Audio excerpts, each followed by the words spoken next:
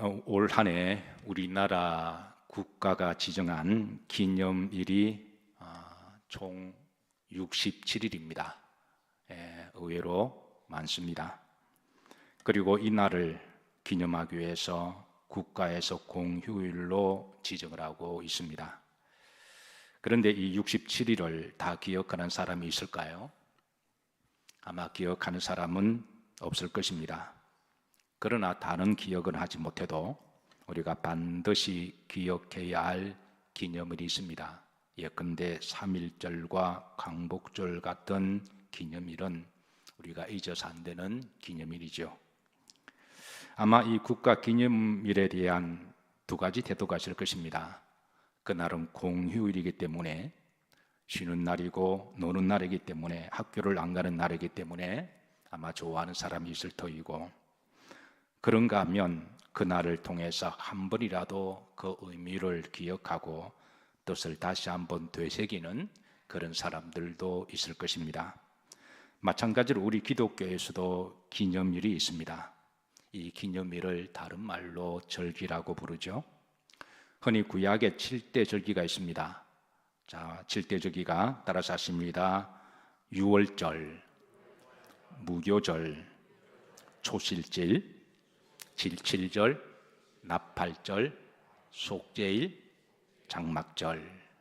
이 7대 절기의 중요성은 영적 함의가 워낙 많이 있기에 이제 이 절기에 대해서 제가 교회 가실 때마다 여러분들에게 간간히 말씀을 드렸는데, 아마 구약의 7대 절기조차도 잘 기억하지 못하는 교인들도, 다른 교인들도 아마 적지 않아 있을 거라고 생각하는데요. 아마 우리 영일교회는 제가 간간히 강조하기 때문에 아마 다 기억하리라고 그렇게 생각합니다. 자, 시간 관계상 어쨌든 구약에 7대 절기들이 있고 또 신약에는 이제 6대 절기들이 있습니다. 따라서 하십니다. 대림절, 그 다음에 성탄절, 주현절, 사순절, 부활절, 성령 강림절. 자, 구약의 절기들은 이제 하나님의 중심으로 맞추어져 있고, 신약의 절기는 예수 그리스도 중심으로 맞춰져 있습니다. 이 절기 하나하나에 깊은 영적인 뜻이 있어서 이것을 다 우리가 함께 나누면 많은 시간들이 필요하지만, 어쨌든 이제 구약의 7대 절기와 신약의 6대 절기들은 우리 그리스도인들이 기억해야 될 기념일과 절기들입니다. 특별히 이제 그 중에 이번 주부터 시작하는 사순절이고, 이 사순절의 끝자락에는 또 부활절이 있습니다. 올해 사순절은 2월 20일부터 시작해서 4월 8일까지 이어지는데, 특별히 이 사순절에 가장 우리가 많이 묵상하고 다시 한번 기억하고 기념하는 것이 바로 십자가이죠.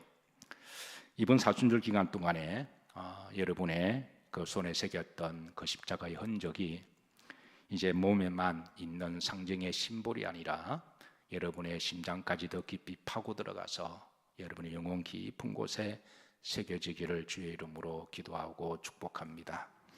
언젠가는 우리가 나그네 여정을 마치고 우리가 하늘 날아갈 때에 아마 천국의 문을 지키고 있는 천사가 너 누구냐라고 묻게 된다면, 그때에 극명하게 내 안에는 십자가의 흔적이 있습니다, 그렇게 말만 해도 아마 약속하신 말씀대로 우리는 천국에 잘 들어가리라고 믿습니다. 자, 다시 한번 여러분의 손등에 십자가를 한번 보시죠. 물론 이 흔적은 오늘 집에 가셔서 여러분 지우셔도 괜찮습니다.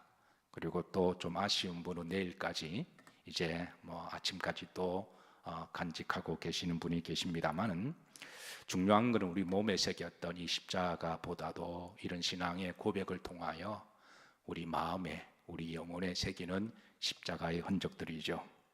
이번 사순절 기간 동안에 다시 한번 주제 말씀 따라서 하십니다. 십자가의 도가 멸망하는 자들에게는 미련한 것이요, 구원을 받는 우리들에게는 하나님의 능력이 됨이라 그랬습니다. 자, 여기에 대해서 바울은 십자가의 도를 강조합니다.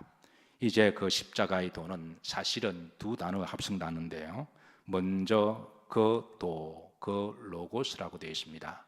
십자가의 도, 원문을 직역하면 그 십자가의 그 도라고 하는 것이죠. 세상에는 많은 도들이 있습니다. 흔히 도통했다는 사람도 있고 또 도를 깨달았다 하는 사람도 있지만, 그러나 성경에서 말씀하시는 유일한 우리가 구원받는 그 길, 그 도는 하나밖에 없습니다. 바로 예수 그리스도의 도입니다. 그래서 그 도 정관사를 붙여서 그 도라고 그렇게 말씀하시고, 그리고 그 십자가라고 되어 있습니다. 예수님 당시만 하더라도 십자가의 종류가 많았습니다. 로마인들이 이제 사형을 집행하는 형틀로서 십자가의 틀을 사용했기에 많은 십자가의 형틀이 있지만, 그러나 주님이 달려 돌아가신 그 십자가의 형틀은 다른 형틀과 다른 우리의 죄를 위하여, 나의 죄를 위하여 대속하시고 죽으신 바로 그 형틀인 줄로 믿으시기를 바랍니다. 이미 구약에 하나님이 오실 메시아는 인류의 죄를 위하여 나무에 달려 죽으실 것을 예언하셨는데, 신명기 21장 23절에 주님은 그 예언의 말씀을 성취하시기 위해서 십자가의 그 나무에 달려 돌아가심으로 하나님의 약속이 성취되는 예언을 이루신 말씀입니다. 신명기 21장 23절 다 같이 한번 합독하시죠. 그 시체를 나무 위에 밤새도록 두지 말고 그날에 장사하여 내 하나님 여호와께서 내게 기업으로 주시는 땅을 더럽히지 말라.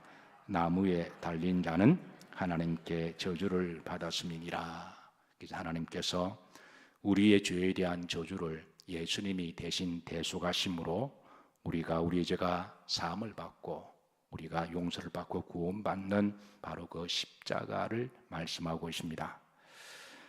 자, 이 십자가의 비밀과 신비를 누구보다도 잘 알고 있었던 사도 바울은 그 십자가의 도에 대해서 이렇게 두 가지 역설적으로 풀어주시는데요. 여기 보시면, 자, 십자가의 도가 멸망하는 자와 구원을 받는, 멸망과 구원을 대조적으로 이제 말씀하고 있습니다. 즉, 십자가의 도를 알지 못하는 사람은 멸망을 받을 것이고, 이 멸망은 궁극적으로 바로 지옥을 말씀하고 있습니다. 그리고 멸망의 반대는 구원이죠. 구원의 궁극적인 곳은 바로 천국입니다. 그리고 두 가지 또 다른 역설적인 대조는 미련과 능력입니다. 그래, 십자가의 도를 우습게 생각하는 사람들은 그 사람은 멸망받을 것이지만 그 십자가의 도를 미련하게 생각한다고 하는 것이죠. 십자가를 지고 살아가는 것이 그건 미련한 것이고 그거는 어리석은 것이다, 쓸데없는 것이라고 생각합니다. 실제로 우리가 남을 위해서 십자가를 지려고 우리가 헌신을 하게 되면 이기적인 사람들은 왜 쓸데없는 짓 하냐라고 그렇게 비아냥거리는 사람들이 있죠. 그러나 주의 이름으로 지는 십자가는 미련한 것이 아니요 구원을 받는 성도들에게는 하나님의 능력인 줄로 믿으시기를 주의 이름으로 축복합니다. 말씀드렸지만 우리도 언젠가는 나그네 정을 마치고 천국 근문에 도달했을 때에 그때 천사가 우리를 향하여 내가 너를 처음 보는 얼굴이다, 누구냐 그랬을 때에 여러분의 이름을 댄다고 해서, 여러분의 직함을 댄다고 해서 그것이 그 사람 천사들에게 알려지는 것은 아니죠. 그러나 십자가의 흔적을 우리 심령 가운데 보여주면 구원받는 우리들에게는 하나님의 능력이 되는 줄로 믿으시기를 주의 이름으로 축복합니다. 사랑하는 성도 여러분, 십자가를 사랑하시기를, 십자가를 귀히 여기시기를, 십자가를 잘 지시기를 주의 이름으로 축복합니다. 자, 십자가 안에는 하나님의 어떤 능력이 있느냐? 하나님의 능력이라 말씀하시는데요. 여기는 첫 번째, 죄를 알게 하는 능력입니다.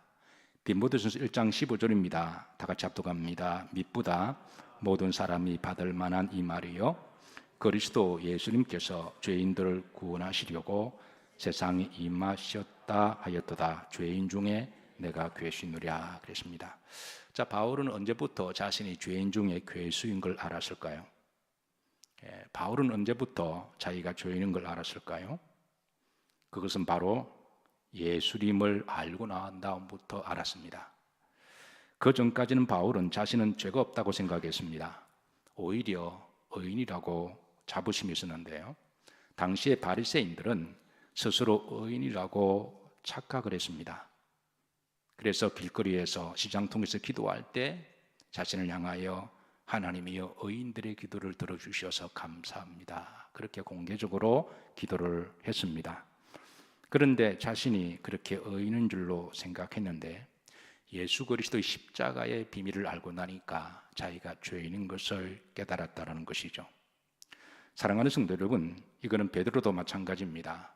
베드로도 예수님을 만나기 전까지는 자기는 그래도 꽤 괜찮은 사람으로, 성실한 사람으로, 누구한테 피해 준 것도 없고 도둑질한 것도 없고 또 살인한 것도 아니고 그저 열심히 성실하게 살아간 사람이어서 자신이 특별히 죄인이라고 생각하지 않았습니다. 착한 사람이라고 생각한 거죠. 그런데 우리가 전도하다 보면 제일 전도하기 힘든 사람이 스스로 착하다고 생각하는 사람이 의외로 고집이 많은 것을 봅니다. 자, 누가복음 5장 8절입니다. 베드로가 예수님을 만나고 난 다음에 이렇게 고백합니다. 합독합니다. 시몬 베드로가 이를 보고 예수님의 무릎 아래 엎드려 이르되 주여 나를 떠나소서 나는 죄인이로소이다. 그가 예수님을 제대로 만났을 때 이제 그 참빛이 그 속에 들어와서 자신 속에 감추었던 그 어둠을 비춰주심으로 바로 자신이 죄인임을 깨닫게 된 것이죠. 사랑하는 성도 여러분, 누구나 다 주님을 인격적으로 영적으로 만나면 주님의 십자가로 말미암아 우리가 죄인인 것을 깨닫게 됩니다. 죄를 알게 되는 것도 하나님의 능력입니다. 그래서 죄는 아무나 깨닫지 못합니다. 우리가 가끔 보면 삼자의 입장에서 보면 그렇게 흉악한 죄를 저질렀으면서도 아주 너무 당당하게 죄가 없는 것처럼 그렇게 행동하고 말하는 걸 볼 때마다 대체 저 사람들의 인격과 양심은 대체 뭔가라고 고민할 때가 있는데요. 그런데 우리가 예수 십자가를 비밀을 알게 되면 누구나 다 주님 저는 죄인입니다. 죄를 깨닫고 죄를 알고 고백하는 것도 능력입니다. 바로 거기에서 우리는 겸손히 시작하게 되고 바로 거기에서 우리는 주님을 찾게 되는 것이죠. 자, 두 번째, 십자가 안에는 죄를 사하시는 하나님의 능력이 있습니다. 계시록 1장 5절입니다. 다 같이 합독하십니다. 또 충성된 정인으로 죽은 자들 가운데서 먼저 나시고 땅의 임금들의 머리가 되신 예수 그리스도로 말미암아 은혜와 평강이 너희에게 있기를 원하노라. 우리를 사랑하사 그의 피로 우리 죄에서 우리를 해방하시고 우리를 마시고 해방하시고 이는 죄 사함을 말씀합니다. 죄인이 죄인인 것을 알고 깨닫는 것도 능력이지만 그 죄에서 깨끗함과 씻김을 받는 것은 더 큰 하나님의 은혜요 능력입니다. 이 세상에서 죄를 깨끗하게 할 수 있는 방법은 하나밖에 없습니다. 그 어떤 권력을 가진 사람도 어떤 돈과 성공을 가진 사람도 자신의 죄를 깨끗하게 하는 면죄부를 살 수가 없습니다. 오직 하나님만이 우리 죄를 사해 주실 수가 있습니다. 하나님이 십자가를 통하여 우리들에게 약속하셨습니다. 세 번째로 십자가 안에는 부활의 능력이 있습니다. 마태복음 28장 6절입니다. 다 같이 합독합니다.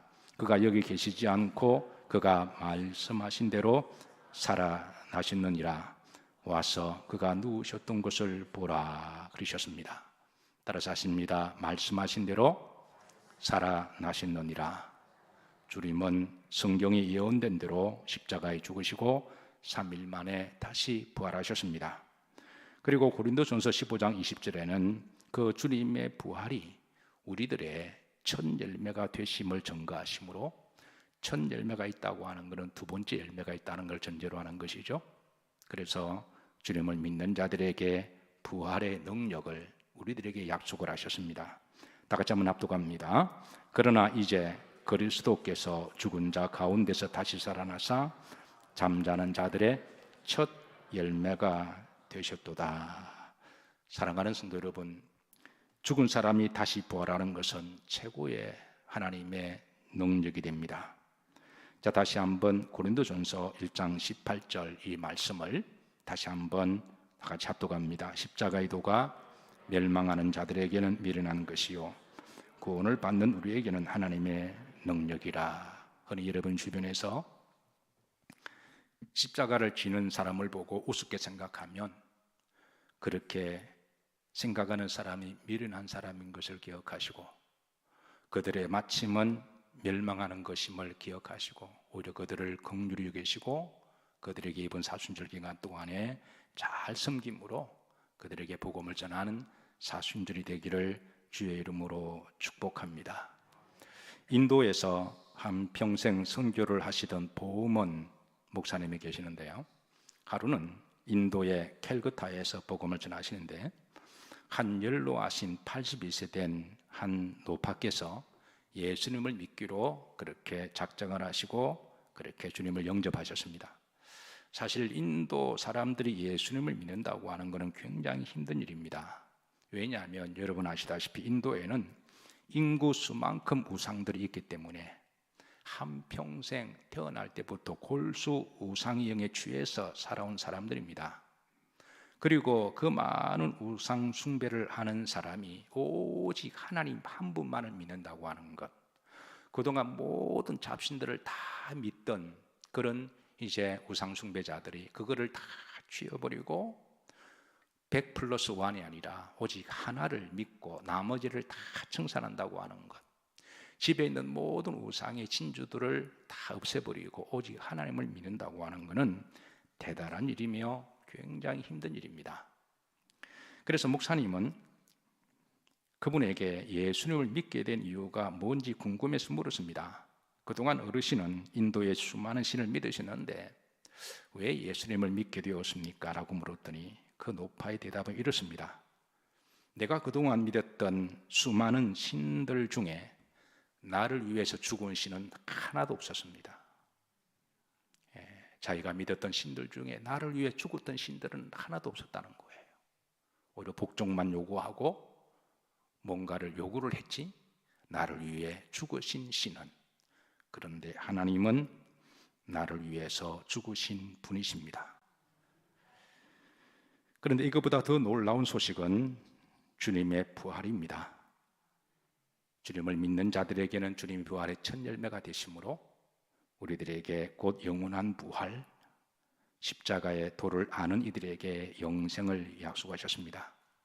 사순절은 나를 위해서 죽으신 그 주님의 고난과 죽음을 기념하면서 그리고 그 안에 감춰두셨던 신비한 능력까지 포함하는 성도의 신앙 고백인 줄로 믿으시길 바라고, 이번 사순절 기간 동안에 해마다 반복되어지는 종교적인 관습이 아니라 조금 더 주님 앞에 더 가까이 나아가는, 우리 인생에 앞으로 몇 번 더 사순절을 우리가 맞이할 줄은 모르겠지만 그러나 작년보다 올해가 더욱더 주님을 좀 더 닮아가고 또 주님의 십자가의 흔적이 내 속에 좀 더 깊이 들어오는 그런 주님과 동행하는 사순절이 되기를 주의 이름으로 축복합니다. 자, 다시 한번 여러분 손등 한번 보시면서 따라서 하십니다. 주님, 저도 십자가의 흔적을 새겼습니다. 아멘.